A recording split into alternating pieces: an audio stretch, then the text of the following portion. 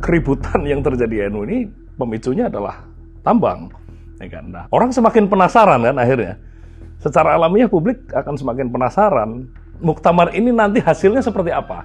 Ya, muktamar ini akan kayak gimana? Akan menghasilkan ketua umum baru atau melanjutkan ketua umum yang incumbent atau bagaimana? Tuh, publik menanti. Sehari menjelang Muktamar ke-35 Nahdlatul Ulama pada 27 hingga 31 Agustus 2026, bagaimana persiapan di Pondok Pesantren Bahrul Ulum, Tambak Beras, Jombang, Jawa Timur? Siapa saja tokoh yang maju sebagai calon Ketua Umum PBNU?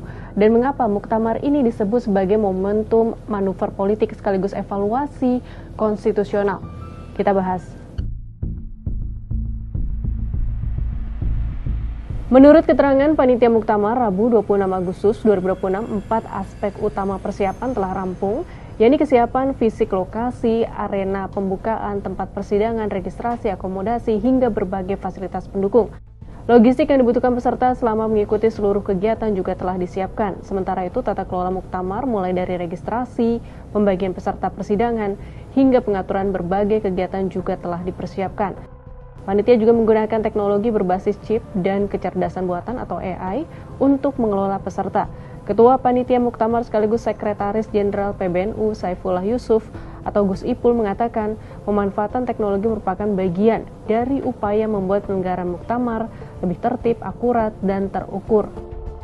Nah, salah satu agenda yang paling dinantikan publik dari Muktamar ke-35 NU adalah pemilihan Ketua Umum PBNU yang dijadwalkan berlangsung pada Sabtu 29 Agustus 2026. Meski masih 3 hari lagi, sejumlah nama calon Ketua Umum mulai muncul dan menguat.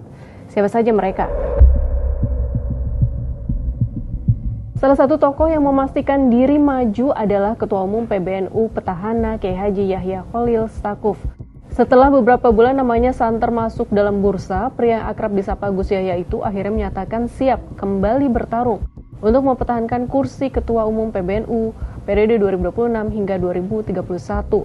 Bagi Gus Yahya, keputusan tersebut didasarkan pada komitmen untuk menuntaskan sejumlah program strategis dari periode pertamanya, seperti digitalisasi manajemen organisasi hingga tingkat kecamatan, program perhutanan sosial, dan perintisan platform syariah global services.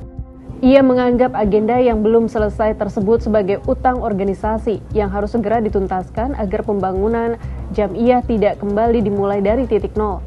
Namun langkah Gus Yahya untuk mempertahankan kursi Ketua Umum PBNU dipastikan tidak akan berjalan mudah.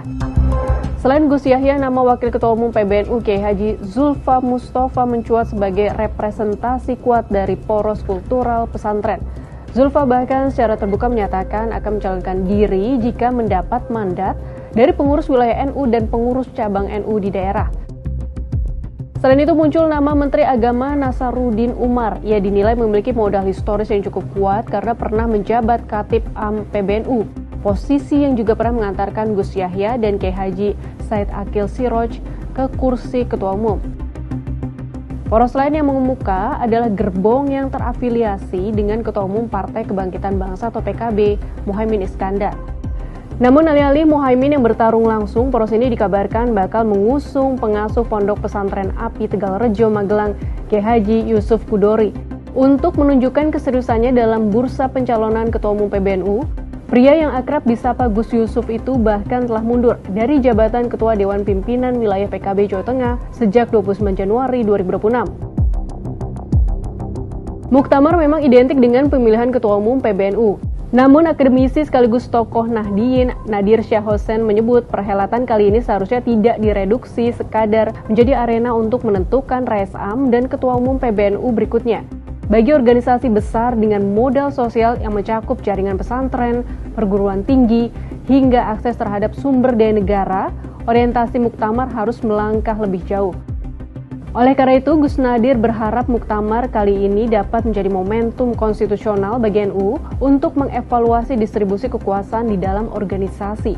Dengan demikian, Muktamar tidak sekadar menjadi forum untuk memilih pengurus, tetapi juga momentum untuk mengevaluasi arah dan tata kelola organisasi.